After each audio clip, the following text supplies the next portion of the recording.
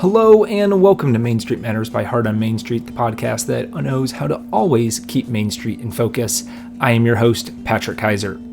Today's episode is going to be a recording of our most recent webinar that we had, which was entitled Picture Perfect In-Store Photography to Enhance Your Digital Presence. This was an amazing webinar and conversation with our guest, Janzen Tew, who is the owner of Denim Velvet, which is marketing services, but also so much more for independent retailers. They really are a wonderful company. Janzen has a lot of experience as a professional photographer. She's also worked a lot within the Western industry, but retailers of all types as well. And so there's so many great tips in here if you're wanting to work with models, about how to take better pictures with your phone, about settings, about apps that you can use to edit your photos. So much great information. I've already received a ton of feedback on this webinar that we had, that people really got a lot out of it. They really took so many notes and there were some great things. So really highly recommend that you listen to this. If you want to also watch it, there are some visual elements, a lot she talks through, so you can get a lot out of listening to it. But if you also want to watch it, you can go to our website, heartonmainstreet.org, and find it within our past webinar section. Really, there you can find all of our past webinars, all of the 29 going on 30 different webinars that we've done. And this has been one of the most registered for, the most highly attended webinars that we've done. So again, a ton of great information. The Q&A section at the end was fantastic. There were a lot of great questions that she was able to answer for retailers. So if you have those questions, you can always reach out to her. She does provide her contact information, but many of your questions might be answered there too. So without further ado, I'm going to turn it over to Janzen Tew in our conversation about taking in-store photography to enhance your digital presence. Janzen, thank you so much for joining today. I am very excited to have you on. Thank you so much, Patrick, and I'm so excited to be here as well. I am coming to y'all from my truck today because I am always on the go, and thankfully I can do my job from wherever, but I was actually leaving from one photo shoot and headed to another, and unfortunately was not able to make it back to my office for this. So that is a perk to photography and it being mobile and able to do it anytime, anywhere. Again, Janzen, I'm very, very excited to have you on today and to talking to this group. You presented at a event that we hosted in Dallas last January, and I knew kind of right away, like, I wanted you to come on our webinar, be able to talk to a larger group. I think that there's just so much valuable information that you provided, and photography is one of the things that retailers get a new hat that we get to wear. As really, photography, there's so much involved, whether it is your social media, your emails, your website. There's just people are wanting real content, not stock images. They're wanting you to take photos to see things about your store, of your products. So again, just one more hat that retailers get to wear. Yay.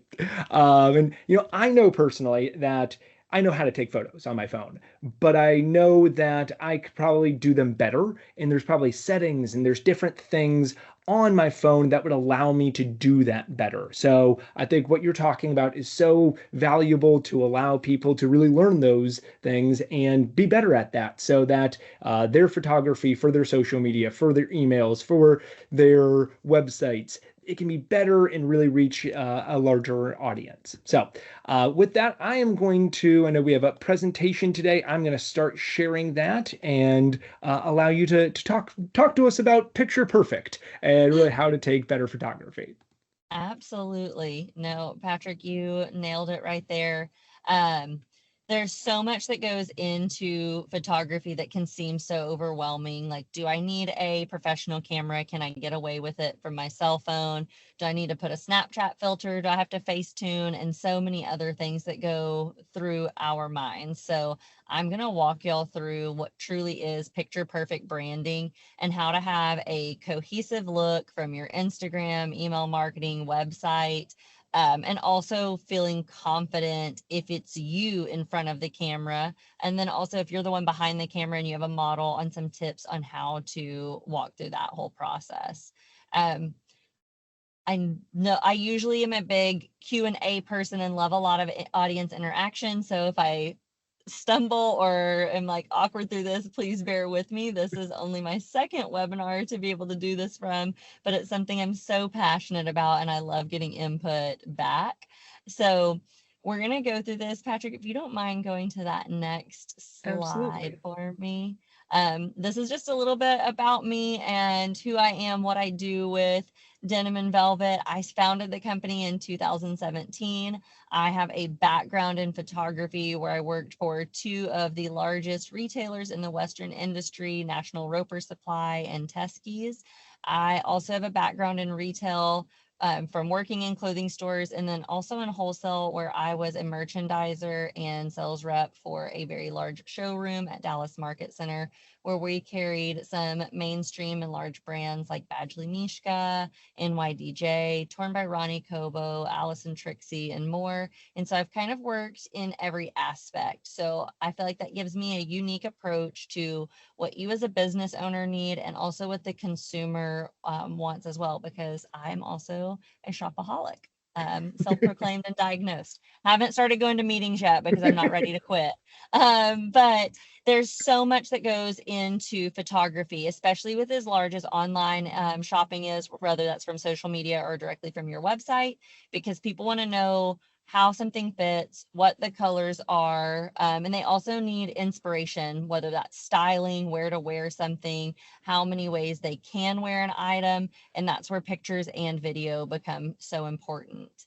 Next slide, please.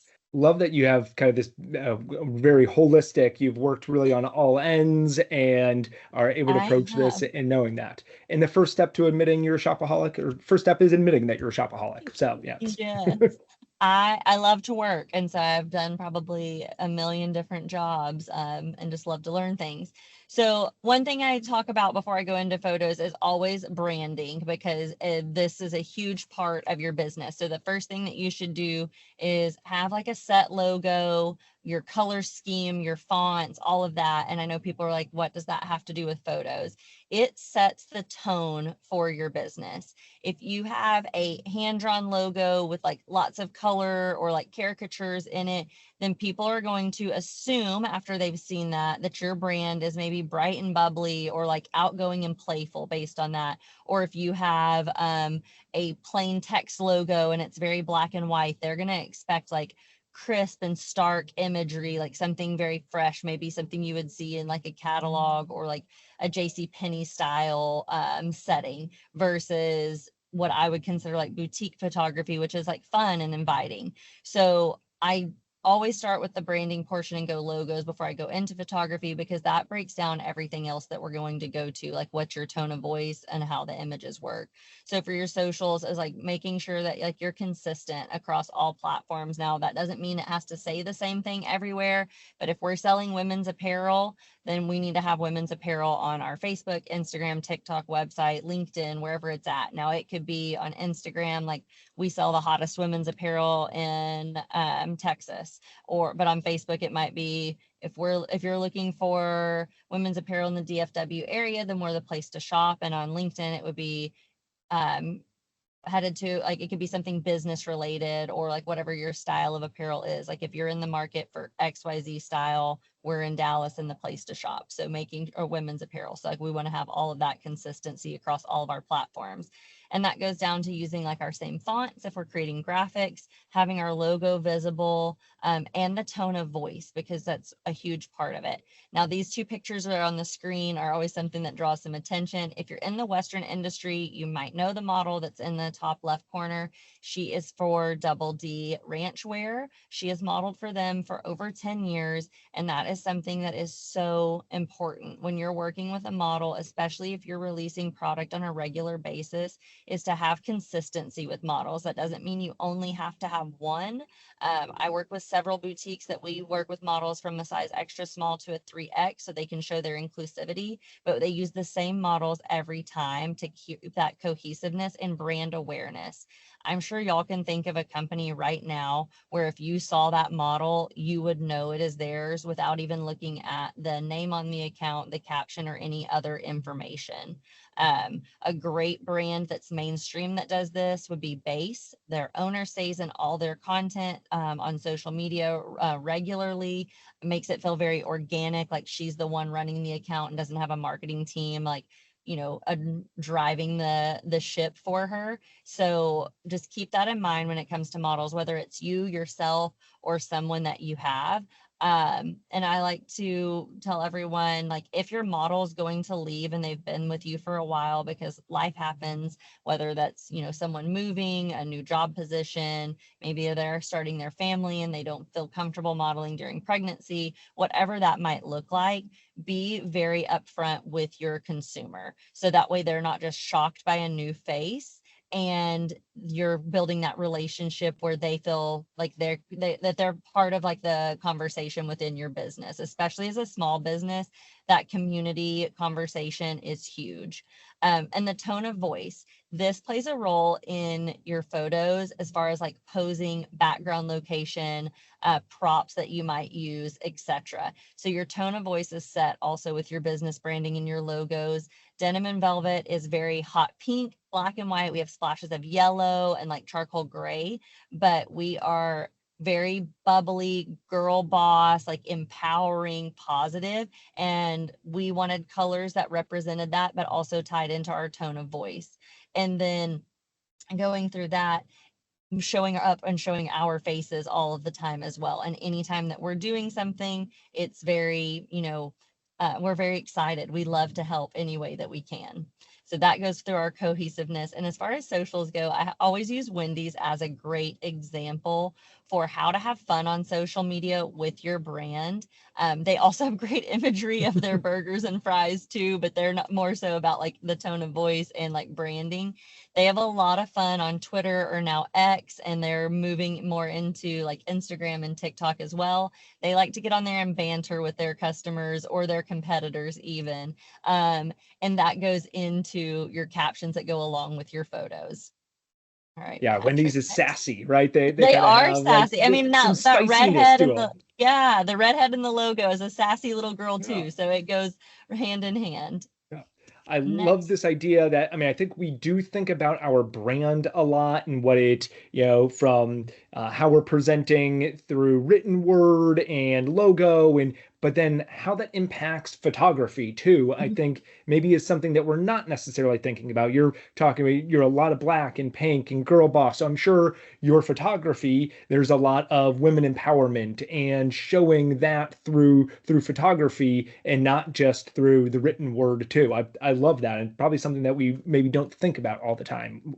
Yeah, That so we connection. do we do like quarterly branding photo shoots at Denim and Velvet. And when I do that with my team, I have each of them come to me like with their concept. So Avery, our graphic designer, one time she wanted giant blow up crayons for her props and her photos, which was fun and vibrant and bubbly like we are, and like kind of a play on of like her job, but we did it on like a studio background with like a business suit. So it was like a Yeah. juxtaposition of like we're serious, but we have fun. Like we take our job seriously, but we're going to have fun doing it. So, which is perfect for us. Or like, I come from a Western background, but I also am very attracted to high fashion and the mainstream media. So I've done some that were like Vogue style settings of like what I was wearing, like high heels and high fashion clothes, but bring my horses or even like Mm, my miniature donkeys into the pictures with me for like the change, and being like, hey, we can relate to both worlds. So it's also about relating to your clients and meeting them where they're at and showing what like how diverse that you can be with your business as well. very cool. Yes, if you'll go to the next one Yeah. for me. Okay, this is probably the biggest question I get asked. Like, can I use a cell phone or do I have to use a camera? You can use either, whichever you're comfortable with. Obviously, I want to state that using a professional camera is going to boost a lot of areas of your photos, but that does not mean that they cannot, cell phone images can't be edited. or anything like that. So when I talk about cameras, I don't want anyone that's using their cell phone to be discouraged, because we are going to go into that in a minute. But because I am a photographer, I'm going to go through the benefits of having them professionally taken first. So the number one difference that I get asked, or that people feel frustrated with when they switch from cell phone to using a DSLR or a digital camera, is like understanding lighting positions. When you're on a cell phone, you want to be facing that light. Like you want it to be in your face, and you want to like that brightens you up. If you're a woman, you would know, like if you're facing the light, it removes like a lot of wrinkles or aging. It makes you feel younger. But if you do that with a digital camera, there's instant harsh shadows. Like you might have a shadow on your nose, or it doesn't look soft anymore. And sometimes it will age you and you feel like very defeated. So the first thing is, think of a camera opposite of a cell phone. If you want a cell phone photo and you want light in front of your face, if you're on like using an actual camera, you want the light behind you, and you want your full, like whatever your subject is, to be in a full shadow. And that is something like mind blowing. And it took me a long time going from like taking pictures on my camera to using a cell phone. I'm probably the worst selfie taker that there's ever been, because I didn't know how to use my cell phone camera well. I didn't ever use it for that. If I wanted a cute photo of my dogs or a horse or anything before I started doing product photography and into what I'm doing now, I always picked up my camera because it was always with me. So all of these things are tried and true and learned the hard way so that you don't have to. But lighting and having that relation to your subject is the number one difference. So I've got two examples here. I took a picture on my cell phone for a behind the scenes of a photo shoot, and then a picture of what happened with my camera. Obviously, the cell phone picture is not edited at all. I could have edited it to make it look like the final product from what was taken from my camera, but just to give you an idea of like how harsh and dark it looks on a cell phone when the light is behind the subject versus how bright it looks on a camera. If I would have been taking this photo shoot on my cell phone, I would have had the models turn the opposite way and face the sun so that they were fully like front lit, and it would have softened a lot on there.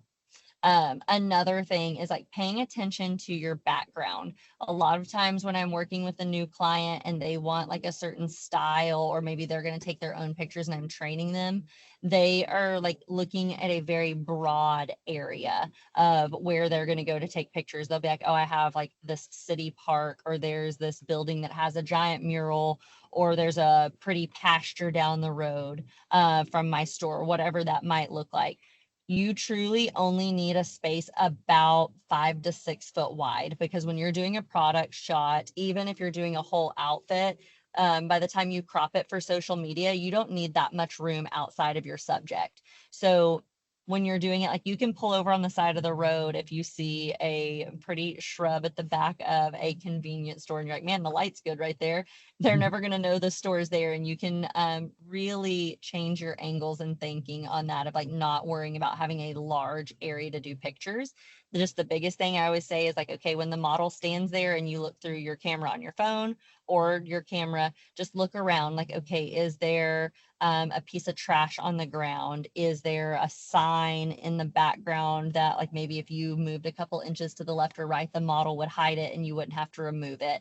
I try to do all of this to streamline the editing process. So that way a lot of things can be photoshopped out, and there's a million apps to remove objects, but all of that takes time. So I like to teach people to streamline the process in the moment, so you're not having to spend more time when you're editing, so that you can get your images turned out quicker. Another few things that I like to say to pay attention to, as far as like attention to detail on the garments on the model. A lot of times bralettes are very popular, or women want to wear camisoles when they're modeling. So if you're doing it outdoors and they're changing their shirt, they're not just topless in a street, which I fully understand, but blouses tend to grab at them. And so making sure that they're pulled down and there's no wrinkles in the top, or if it's got like zipper details or lace or like embroidery details, that those are laid flat and being able to be shown very well in the model. Another thing to pay attention to is making sure they don't have any hair ties on their wristband or on their wrist, or like any, if the jewelry that they're wearing doesn't match, things along that area to just pay attention to, because there's nothing worse than completing a photo shoot and then you look back and there's a black hair tie on the model's wrist, and you're like, okay, I'm going to have to spend hours upon hours removing that or cropping all of the images so her hands are cut off. And now we have a handless model. Also, understanding cardinal directions. I feel like this is one that blows people's mind, of knowing what direction north, east, south, or west is. But it's very important when you are picking your locations to know what direction something is facing, so you know what time of day you can do for a photo shoot. We know that the sun rises in the east and sets in the west. So if you're wanting to do a morning photo shoot on a camera, you are going to want something with an east facing background so that the sun is coming up behind you in the pictures. But if you're doing it on your cell phone, you're going to want a west facing background so that the sun is rising into your face. North and south can pretty much be doable any time of day, depending on the size of the building, because you can get shade on either side of that throughout the day. So just thinking about if you're driving around town and you're like, oh man, I really like that spot, or that building looks cool. Which side of the building is it that you like, and what direction is it facing? Thankfully, all of our cell phones have a compass on them, so it's pretty easy to open, or your vehicle usually has that as well. I have grown up knowing which direction things are just because I've lived in the country and I didn't have a lot of buildings. And I will say in cities, I do get a little bit turned around. So just paying attention to those, because it also alleviates a lot of prep time when it comes to mapping out a photo shoot, especially if you're shooting on location. And then using settings to your advantage, as far as like location settings, times of day, and then even like your cell phone settings or your camera settings. So one thing I love to do if I'm using a cell phone, and I'm going to apologize to Android users right now or Google Pixel users. I have not spent enough time with them, and I am an Apple product user. So the tips that I'm going to give will be iPhone related. And I'm sure that there's a lot of information on the internet, and I always feel so bad that I don't know enough about the other devices. But I like to shoot everything in a portrait mode on a cell phone so that you have the control of the f-stop. The f-stop is what blurs your background. And people love a blurred background because they believe it feels professional, and it definitely does. If you took the same picture on the regular photo mode versus portrait mode, the portrait mode one is definitely going to feel more professional. F-stop, if you're not familiar what that is, or aperture, is the depth of field or how blurry the background is. The smaller the number, the more blurry it is. And I believe an iPhone starts at like a 2.8, I believe, when you open it. And I like to tell people relatively to use an f-stop to the amount of subjects you have in a picture. And that doesn't always mean that you have to. For example, the pictures that are on the screen where I've got the 7 models in it, my f-stop was not a 7. I believe it was like a 3.5 or a 4.0. And the reason I didn't have to go up to a 7 is they're all in a single line like this. The f-stop changes the focus if your subjects are faced further back from each other. And so that way, like, this person is not the only one in focus. The woman standing like back and maybe to the side is also in focus as well. So having those settings, or if you tap on the photo on the screen on your iPhone and the little square comes up and it's got a sunshine, I believe, to the right side, you can hold your finger on that sunshine and slide up to brighten, or you can slide down to darken, because the iPhone just kind of like it relates it to all of the available light, but it gives you that option to be able to adjust it. And then paying attention to detail to your horizon line. So this means, like, if you look in these 2 pictures, for example, you can see that like the hill and the background behind them is straight. It is super easy to be holding your phone or your camera and it be slightly tilted. And then when you edit, everything looks like it's at an angle. So paying attention to that either while you're shooting. Sometimes you have to get in like a really awkward position with your camera and you can't get it straight. So I make sure I'm back up enough that I know when I edit that it can be straight. That's something I'm very particular about because I think a straight horizon line appears to be more professional than one that's crooked. That appears to be more of like an amateur style. If you're doing product photography, it can be very artsy. If you're doing something, maybe marketing materials or like a seasonal campaign, but for just regular product photos, even if you're shooting indoors in like a studio setting, and there's like a baseboard on the floor, that being crooked automatically in my mind makes it feel a little more amateur. These are small details that make a huge impact in the overall appearance of your images.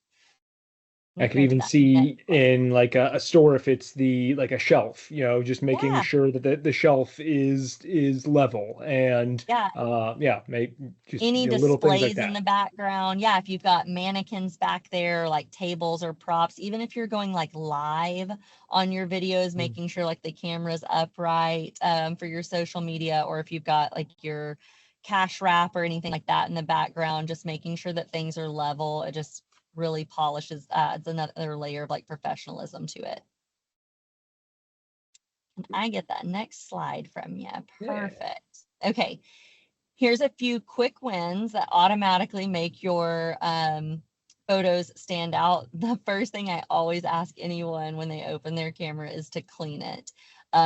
And that's because when we pick up our phone or grab it or put it in our pockets or our purse or whatever, our camera gets like bumped against stuff. I'm the worst about picking my phone up from the top. And so like my front facing camera will always look like a little smudged, and sometimes that can make for a pretty picture if I'm not wearing any makeup because it's a little blurry and so not everything's in focus, but I always wipe them off. I keep lens wipes with me everywhere I go, but also, and these are just like the ones that come with my sunglasses, but also your t-shirt usually works really well as long as it's not like a gauzy or like scratchy material. If you've got something cotton, polyester, even rayon, you can wipe it off really quick. And you'll be amazed. And I'll tell people, like, if they're like, oh, it doesn't make that big of a deal, I'm like, open it and take a picture, and then let's wipe it and take another picture, and let's compare them side by side. And that's a huge win. Usually they're like, oh wow, I thought that like the camera on my phone was terrible, but really it was just dirty.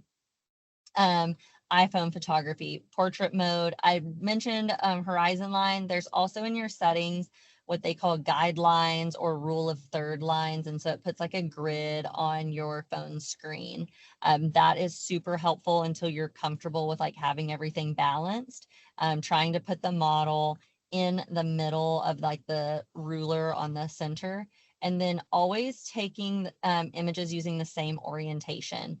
I can't make this decision for you. This is totally personal preference. I like a vertical image. There are some brands that want square images and some that want horizontal. But I just always say for your product photos, no matter what shape it is that you like, vertical, horizontal, or square, take all of them the same because it will look cohesive both on your social media and on your website. And it makes a big difference in like your editing time.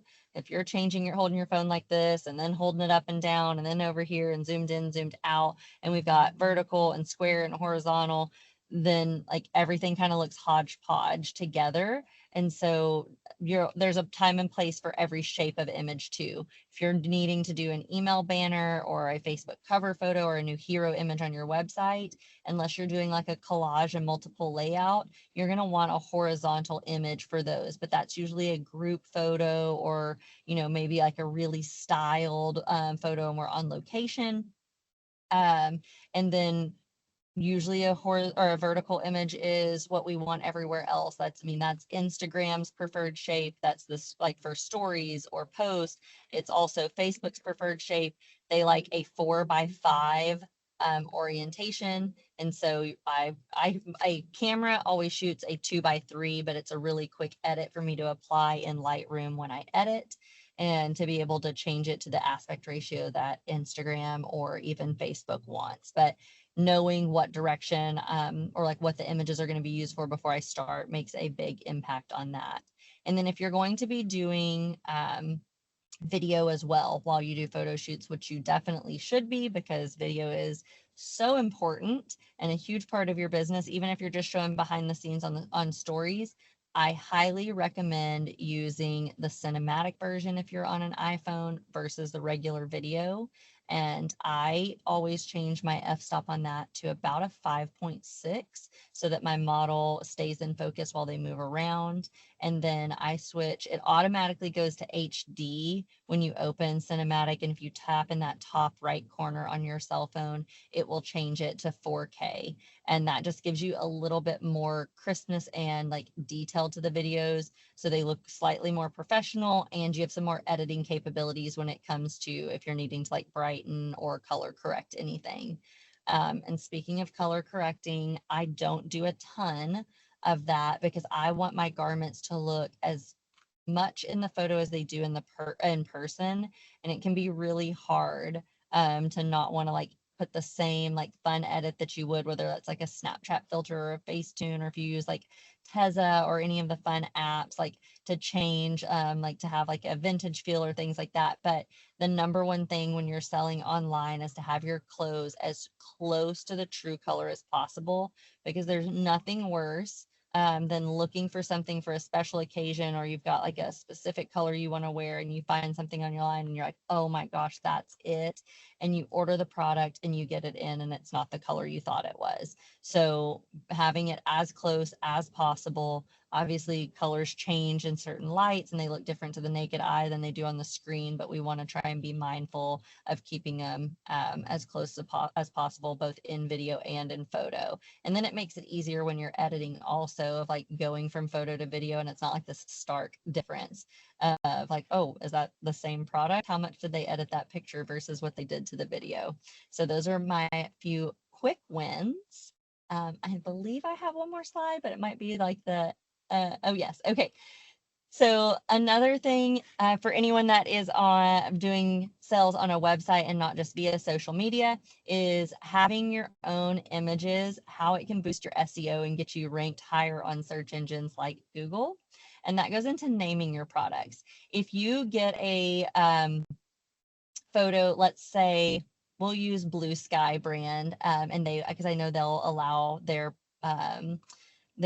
retailers to have access to their images to use. You're going to get an image that might be named like image 123 or like Blue Sky 123. And it's going to be a beautiful model on a white background of the product. And that's great if you're wanting to do like a pre-sale, but it is actually hurting your website, because if somebody Googles black t-shirt and everyone is selling the same Blue Sky black shirt and they're using their product image, then yours isn't standing out any more than anyone else's. But if you have an image of a black t-shirt and you name it your business, so Denim Velvet 1, and then in my meta tags on Shopify or Squarespace or BigCommerce or any of the e-commerce websites that you might be using, Wix or anything along those lines, in that meta tag, I can put black t-shirt, my business name, even a location, so Texas. And if someone searches black t-shirt and they're in the DFW area, mine is going to appear higher, number one, because it has a different title, it being named Denim and Velvet, having my business name bumps it up. In my meta tags, I have black shirt and I also have a location. So these are a few things that help. Also, your website speed, having your images, and if they're all properly sized, and I'm not sure if y'all can see that, the sizing aspect ratio on this presentation. If not, I let Patrick know. I will be happy to share this PDF with everyone. But I resize everything to have a 2048 pixel long edge. And what that does is the longest edge of the photo will never be larger than 2048 pixels. And so that keeps it small, but the quality very crisp and detailed. So if you were to zoom in on a picture, it wouldn't look blurry, but the size of the image is small. So it helps your website load the images faster. Also, by naming it your business name, and in Lightroom, you have the option to copyright your images, it gives you another level of protection, and it helps your SEO throughout that process too. So if you were to Google Denim and Velvet or even pull any images from our website, each of the images would be named the business that we took them for to help on that. And it also goes into your Google business listing of being able to upload your own images on there, along with what they take of like the Google Street Views, and then making sure that your information that's provided on your Google business listing is exact there. Oh, does it matter if there's spaces? No, it does not. You can do it either way. I'm a no space person. So like if I was taking pictures for my business, it would be Denim Velvet. The only thing that I do is I capitalize the first letter. So if I was doing black T, it would be capital B, LACK lowercase, capital letter T, EE on there. You can put spaces, but that is fully personal preference and how you like your files organized. But that was a great question. All right, I don't believe I have one more slide, but let's go ahead and double check. I think this is my okay. Yes. Y'all can scan this with a smartphone, or I will give y'all a tip. If you screenshot this slide, they have released a new update that you can press down on a QR code in your camera roll now, or like in your photo library, and it will also open. This has like my favorite cameras that I use, a link to, I believe the presets that I edit with are on there, Lightroom presets, all of that. So these are ways to be able to just be more efficient with your photography. Patrick, I know you said around an hour, and I usually am a very fast talker. So if you're good with opening it for questions, of course, or whatever you would like to do. Yeah, let's I'll stop sharing here, and then we could open up for some Q&A. Let me see. It sounds like the one doesn't matter about spaces. It's a question we had come in. Thank you, Cheryl, for that question. But yeah, if you have other questions, things for Janzen. Janzen, you want to tell? We talked about Denim Velvet, but how they could contact you if they have other questions. Yeah, you can find us on every social platform, Threads, Instagram, TikTok, Pinterest, Facebook, where X, anything like that, or you can go to our website, denimandvelvet.com. And then my email is also janzen@denimandvelvet.com. Okay. I saw one about Canva, and I saw some about product photos. Yeah. All right. So Vicky asks, I'm a novice with Canva. Me too, Vicky. Any great tips on using Canva? Yeah, absolutely. Especially for like resizing to make sure everything's the same orientation. Like if you are shooting on your phone and you're like, I know I held my phone up and down the whole time, but I want to make sure that these are all the same size, you can open up a new design file and set it to the ratio you want, and then go through and make sure and put your pictures in there, and then you can like expand them to fit that area, or even use the magic expand if you didn't take a large enough area around the photo and it needed to be like zoomed out a little bit more. So that would be like the number one tip. Canva, I wouldn't really edit my photos in because it's pretty limited on there. I mean, you can adjust like brightness and highlights and shadows a little bit, but there's not a lot of color correcting options. But that would be like the number one place. And it's also a great place to be able to quickly add your logo in the same area of every photo if you're wanting to watermark them.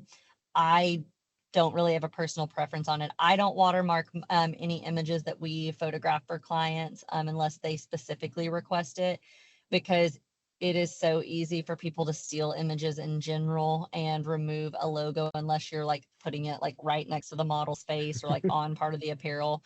There's so many people that can quickly remove a logo that I don't think it's a true added benefit, but that is something that you could easily do in Canva and have very uniform, or just creating like some templates so that you are easy to like plug and play with each drop. Like say you drop every Tuesday, having some pre-made templates that you can just drop your photos in. That's like, this is this Tuesday's drop.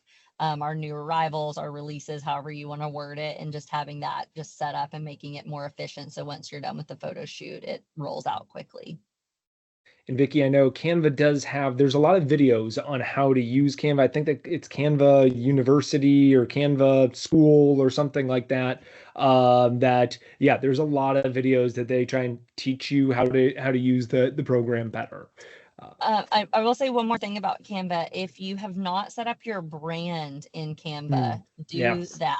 because you can put all your color codes in there, your logo, the fonts that you use. So if you're not like creative or feeling like you're feeling uninspired when it comes time to create like your next email banner or just Instagram post or graphic or anything like that, you can use one of their templates. And when you click on it, there on the left hand side, there'll be a brand area and you can click your brand. And then it has like the, I call them the shuffle arrows that you would see like on like Spotify or Apple Music or something. And you can click those and it will change the design to have your branding colors in it. So that's like a quick way for you to like make sure that everything is actually your brand colors very quickly. And then it also has your fonts available. So if you click on a font where they've got something typed, you can change it to whatever your like title, subheading, or like body font is to make sure that everything matches your brand easily. Michael asked, "Do you recommend photo booth for products?" You had mentioned that a couple times. You can, if you're doing like accessories or smaller items, a photo booth is nice and you can get like a simple white box off of Amazon. I always tell everyone not to like over invest. It's super easy to like get really excited and buy all of this equipment and then feel super intimidated because you're not getting the outcome. So I go by the KISS method of keep it simple, stupid. And I use poster board because it's cheap. It doesn't matter if it rips or tears. I can go get it for 50 cents at Dollar General down the road. And I tape like 3 or 4 of them together and make like 2 sides. And then I usually curve one for like a top and bottom so I don't have a harsh line in the back. And then if you're wanting like the pretty like reflection of something, go buy some like plexiglass at Home Depot or Walmart or your local hardware store and put that on the bottom to set your product on. And then you get like a little mirroring effect as well. Um, if you don't have natural light, just make sure any light bulbs that you're using, with if it's a flash or like a standard, just like light that's constant, make sure the lighting is more white or blue than yellow because warm tones are harder to get rid of, especially if you're shooting like silver jewelry or anything like that. And if you're shooting anything that's super reflective, I tell everyone to try and wear white if you're doing product photos because your your clothes will color cast onto that white background as well, too. So like if I was shooting right now, the background of my images would have a slight pink tint to them because of my red shirt and me having to be so close to the products when I'm doing accessories or smaller items. Yeah, Holly had asked about recommendations for inside retail store about the natural that don't have natural light. So, Yeah, uh, I would use a ring light. They're fairly inexpensive. You can get them on Amazon, and I think most ring lights allow you to also adjust the color tone to if it needs to be like more warm or cool, depending on what the colors within your store are. Um, a lot of times too, if someone's like, I don't have natural light in my store, I'll be like, well, you have a door. And if you know you're not going to be like open, like maybe you're not open on Mondays because it's slow in your town, then I would recommend like standing in the front of your door and doing your pictures there so you can have natural light, but that's not always an option. So using a ring light in an area, if you're having to like, if you've got a staged area in the back room of your store or something like that, um, I would just kind of look at it, have a model or a mannequin there and like set your ring light and see like how the shadows are falling. To feel comfortable about like not having like a harsh line on like your model or your mannequin's like body or face so that all the clothes are fully visible. couple of quick ones. Yes, there is a recording of this. You will receive a recording for registering. I will send out the presentation as well so you can get the barcode. Got a lot of questions. So I love thank it. you all for participating. So Shannon asks, any recommendations for children's photo shoots are as realistically doable for children's clothing? Absolutely. My biggest thing is when you're going to be doing children's clothing. So I shoot a lot of women. I know that I can do roughly like 20 to 30, we'll say like 35 products in an hour on a grown up. I'm going to be able to do about 10 to 12 on a kid in an hour. They make it like fun for them. I like to give them activities. It's a lot to ask a kid to like say cheese, cheese, cheese over again and smile at the camera. And I think parents, if they're shopping for kids' clothes, they want to see like some motion as well. So if I'm shooting in studio, we'll take little dance party breaks where they'll let them spin around and I'll get some pictures of that, or sing out their favorite Disney song or tell me about their animals. I always ask mom and dad not to have like any snacks out and let them eat ahead of time. And if they're going to have drinks, let it be water so that if we spill anything, that we're not like damaging any products and we don't have little messy faces in the process, because then they're going to get mad when you have to wipe them off. But less product, and then letting the kids move. If you let them move, they're going to inevitably pose for you at some point. It's not going to be like super intentional. They just take a little bit longer, and just having patience. And then you might stumble across that kid that just loves to model, and they're going to stand there and love having their photo taken and roll through it. But just like lowering your expectations of like the volume of product you can do quickly. Yeah, great recommendations. I have a 2-year-old, and I can't imagine trying to get them to be still for photos. Right. Yes. Sherry asks, any helpful tips for taking jewelry shots? Jewelry shots, I would recommend portrait mode first and foremost, and then like depending on the type of jewelry, um, whether it needs to be on or off a model, and like price point. If we're doing like high-end luxury, I would do a combination. I would have everything on a white background so it felt like clean and crisp and they could really see the details. But then I would also have it on a model in like a lifestyle setting. Like let's say we're going to be selling diamonds. I would have it at either like a high-end restaurant, maybe if it's we'll say a tennis bracelet, holding a really nice glass of wine or a good like martini or something like that, being able to show like a luxury moment, but also with the product in the picture. If we're doing more like live-in everyday jewelry, like a small gold hoop that I have on right now, I would have a like lay flat of it, and could be on any type of background if that was like a solid color or a like texture or pattern where they could see the product, and then just a close up of it on a model or even like a mannequin just so they could see it in like a size reference. You can use a regular camera or your cell phone camera for that, but I would just recommend portrait mode so that way you can like kind of focus in on the product a little bit more. Abby asked, best way to maintain aesthetic visual approach with editing, but keep colors true for the product as much as possible. Yeah. Time of day plays a big role into that when you're shooting and knowing your style. So I like to shoot early morning or like later afternoon when it's a little more overcast. I very, very rarely will shoot from like um 11:30 to like 3 is a hard no for me unless I'm shooting in a studio where I can control the lights completely. Or if I know an overcast day, because then I'm not having to worry about shadow or like clouds coming in and changing my light over the sun. So there's a lot of things to think about if you're going to be shooting outdoors. But staying like true with like the same time of day. That doesn't mean you have to shoot every Tuesday at 10 a.m. But if you know that 10 a.m. works good for you and your model, no matter what day that is, weather permitting, I would stay within like that time zone to keep with like lighting consistency. And then also keep in mind, like when daylight savings happens, adjusting forward or back an hour to keep that. And then not like if you shoot something at 10 a.m. and you shoot something at 4 p.m., the lighting's going to be completely different. So no matter how hard you edit, there's always going to be some discrepancy because of just like general lighting for the sun if you're wanting like the same background. So time of day, big on that. And then when you edit, I always edit my very first picture and then apply that same preset across everything and then just go through and make minor tweaks on the photos following it. So that way I know like my color correction's the same, my cropping is the same, really any added presets that I might have added. Now, if the sun came out and it was brighter and like over a period of like 2 or 3 shirts, I know I'm going to need to lower the exposure on like that section of photos. I'm not going to have to change a lot of other things as far as like saturation of the image goes, or even like clarity or sharpness to keep that, maintain that color making sure that they're as precise as possible.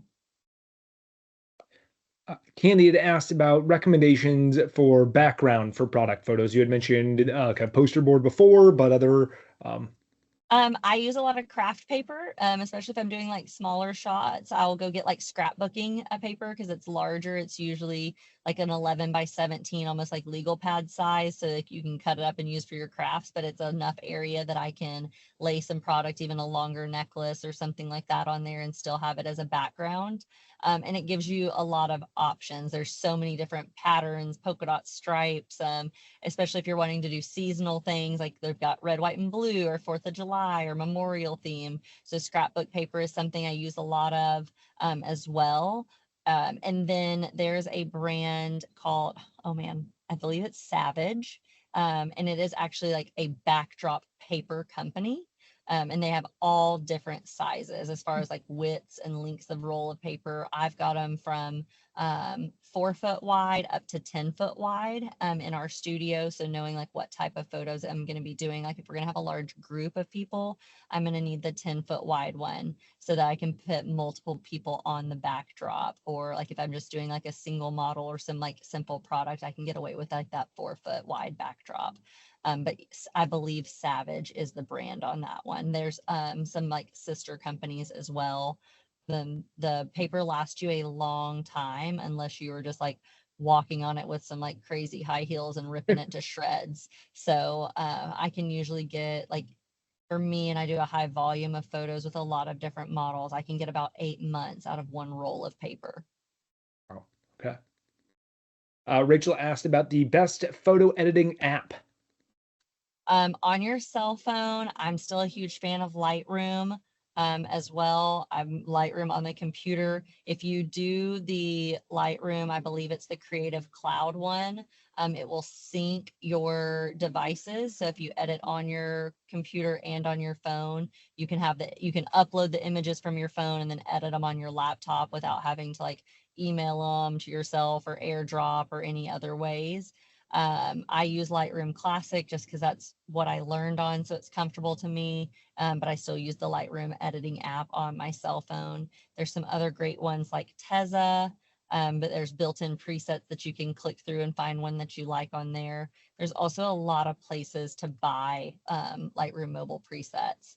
Etsy, has a ton. You can get on, like you can Google it and there's a million photographers that sell theirs. We have some as well, but I mean, I would recommend Lightroom over everything just because it's super easy and user friendly in my opinion, especially being able to like batch edit and edit a lot of photos at one time. You mentioned presets. Shannon asked about recommended presets. Sounds like some apps have Yeah, some they all templates. come built in. Lightroom has their own that are built in, but you can also purchase more. That is one that I don't really add a lot of information on because that's distinct to every brand. Whether you're wanting like bright and airy, dark and moody, like very crisp and like minimal edits. So that's completely up to each business. I would hop on somewhere like Etsy or even Google and look up like you can look up even like fashion presets and there's going to have like Lightroom mobile ones there for you to look at. But that one to me is very personal on like what style you like for you and your brand. And let me just make sure we got all of our questions. Oh, Cheryl asked, do you have any tips for styling a shot that tastefully shows off the product but adds some interest? Absolutely. So I would do that with like model movement and then also like how you're styling the product itself. Let's see, let me make up a outfit in my mind. Let's say we have like a blouse, a button-up blouse and a pair of jeans and a cute sneaker. And we're wanting to have like a mom that feels put together, but she's going to run some errands for the day.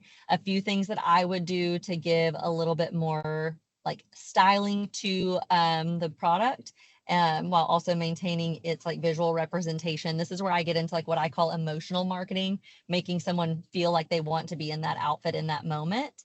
And this is all very personal. This is how I would style it if I was shooting it. This does not mean this is how your customer wants to wear it.